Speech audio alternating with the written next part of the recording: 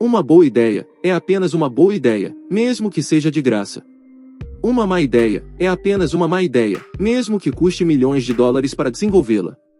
Às vezes, não importa o quão fantástico um conceito pareça no estágio de desenvolvimento, ele simplesmente não funciona no mundo real. Cada uma das ideias ou tecnologias que você está prestes a ver neste vídeo foi projetada com grandes esperanças, mas falhou vergonhosamente em alcançar o sucesso que se esperava delas. Confira essa nossa coleção de fracassos tecnológicos que foram abandonadas.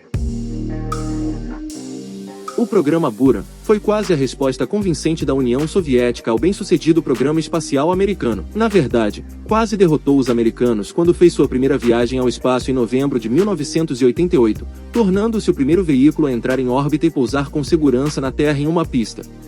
Mas aquela viagem de 3 horas foi o único voo espacial que ele fez. Como foi o caso de muitos projetos em andamento na Rússia da época, o programa Buran teve que ser abandonado por questões financeiras depois que a União Soviética se dissolveu. Por muitos anos, havia a esperança de que o programa pudesse ser revisitado, mas o ônibus espacial foi colocado em armazenamento seguro no Cazaquistão, com seu próprio hangar dedicado.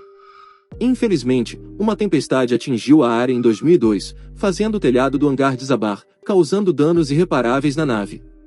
Poderia ter sido o início de uma nova era espacial para a Rússia, mas o projeto estava fadado ao fracasso.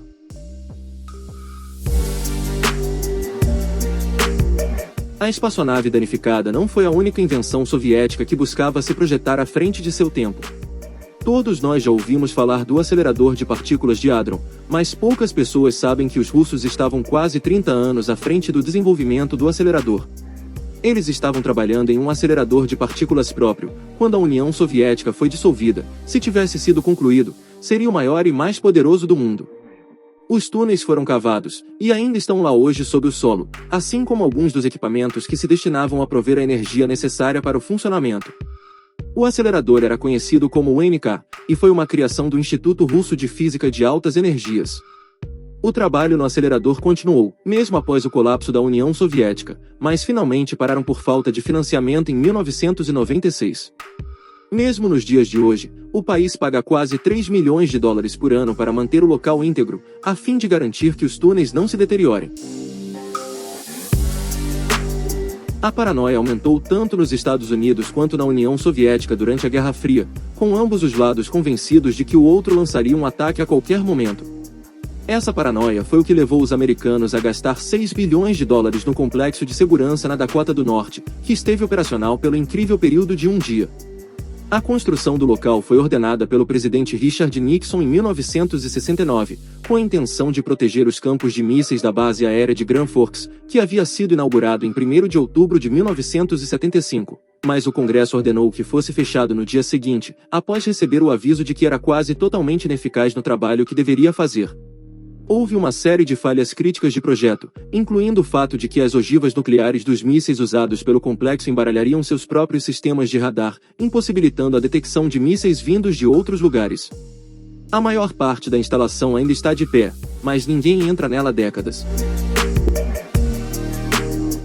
O ônibus Stradling foi uma solução de transporte público projetada com 2 olhos no futuro, mas nenhum deles no presente. A invenção chinesa foi saudada pela revista Times como uma das invenções mais promissoras de 2010, mas rapidamente ficou claro que era impraticável. Em um nível básico, o ônibus é um carro enorme que rola pela rodovia sobre colunas, permitindo que o tráfego regular passe por baixo dele, correndo entre suas pernas enormes. O veículo de 4,5 metros de altura era totalmente movido a eletricidade e tinha velocidade máxima de 65 km. Isso não é exatamente rápido, mas é melhor do que ficar parado no trânsito. Os projetistas do ônibus esperavam que ele pudesse transportar até 1.400 passageiros de uma única vez e revolucionasse o transporte em Pequim. Mas o protótipo construído em 2011 revelou uma série de problemas. O mais significativo deles era bastante óbvio: o ônibus era péssimo nas curvas, e causava uma obstrução severa no tráfego abaixo dele. Basicamente, ele causava exatamente o problema ao qual se destinava a resolver. Aqui está mais uma tentativa russa de vencer outros países na corrida pela supremacia técnica. Foram os esforços combinados dos britânicos e franceses que trouxeram ao mundo o Concorde, que era capaz de voar em velocidade supersônica. Mas os russos tinham um Tu-144, que também era capaz de alcançar essa velocidade magnífica. Contudo, essa velocidade não era garantia de segurança, conforto, nem mesmo confiabilidade. Enquanto o Concorde conseguiu misturar velocidade com um ambiente agradável aos passageiros, dizia-se que os passageiros dentro do Tu-144 foram submetidos a níveis de ruído tão horríveis, que era impossível até mesmo conversar com a pessoa sentada ao seu lado. Também há relatos de baixa qualidade na construção e grande propensão a erros, como foi demonstrado por um trágico acidente em um show aéreo em Paris, que deixou vários mortos. Os grandes painéis usados para fazer o corpo da aeronave eram propensos a desenvolver rachaduras, e quando as rachaduras surgiam elas se espalhavam muito rapidamente. Por fim, os russos decidiram que os riscos superavam os benefícios, e retiraram o avião de serviço. Nossa próxima tecnologia soa como algo vindo de Star Wars. É um avião da Boeing que foi para todos os efeitos, transformado em uma enorme arma laser voadora. O Boeing 747 continha um laser de diodo de oxigênio. A ideia por trás disso era que ele poderia disparar em mísseis inimigos, usando tecnologia laser. Parece que a arma até funcionou, porém não o suficiente para ser considerada uma arma de combate viável. Após 5 bilhões de dólares em gastos e testes extensivos, os chefes militares concluíram que precisariam de uma arma laser até 20 vezes mais potente para que fosse eficaz.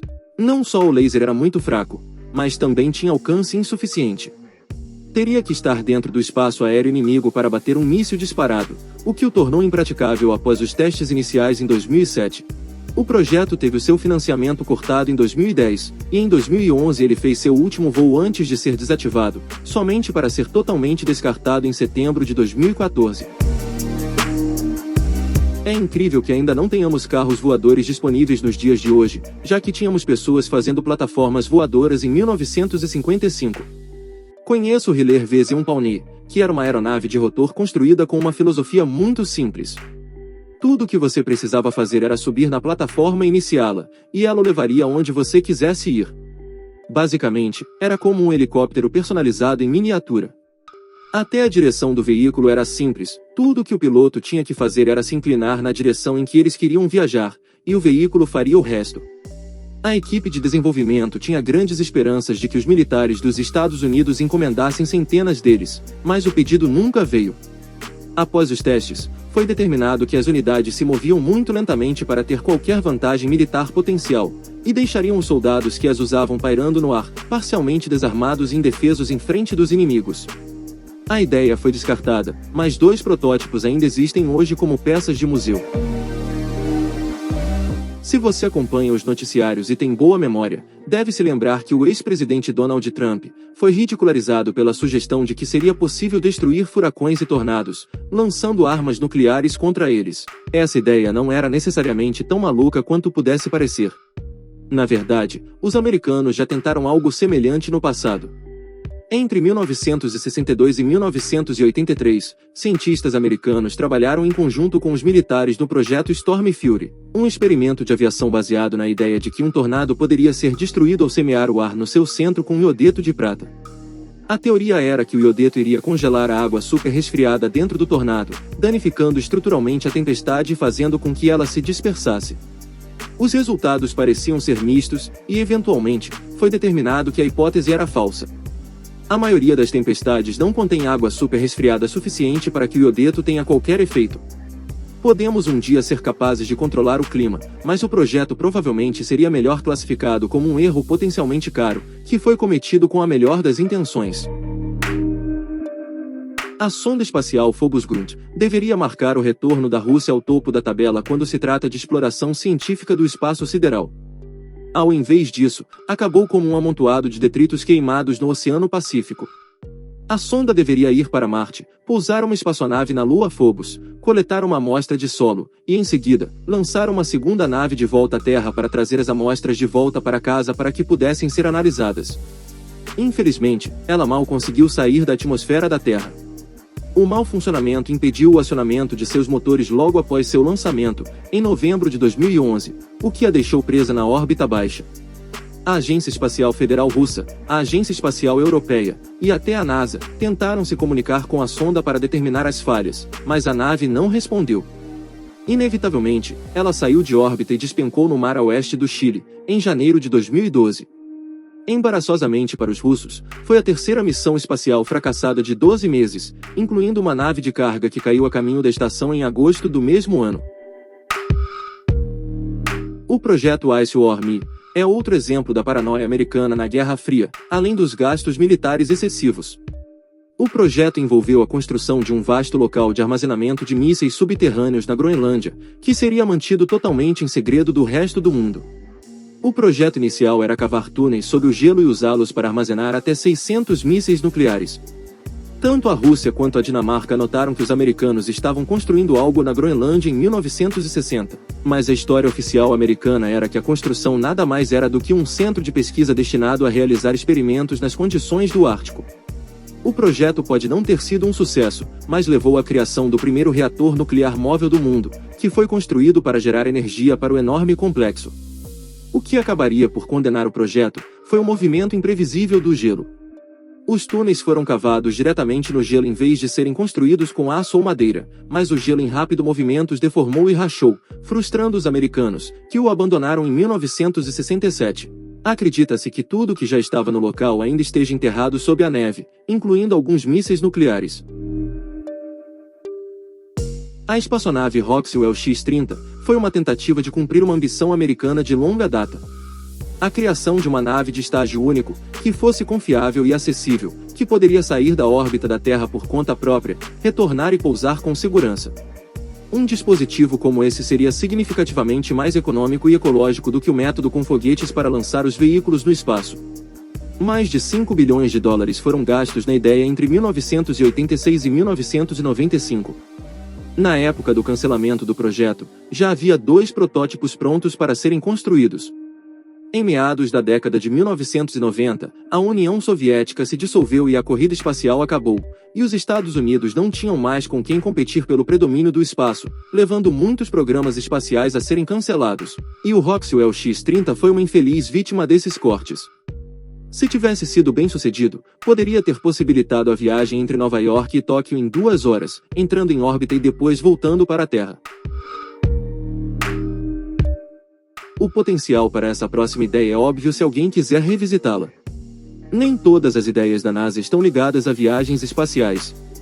Historicamente, eles se interessam por qualquer coisa que viaje pelo ar, e no passado tiveram algumas ideias atraentes e não convencionais para aeronaves. Uma dessas ideias era o Projeto Helios, uma aeronave movida a energia solar que a NASA esperava que fosse capaz de voar de forma segura e confiável a 30 km de altura, ou até mais alto. Eles chegaram muito perto, mas nunca conseguiram atingir essa marca. O primeiro voo de teste ocorreu em 1999, mas alcançou seu maior sucesso em 2001, atingindo a altitude de 29,5 km.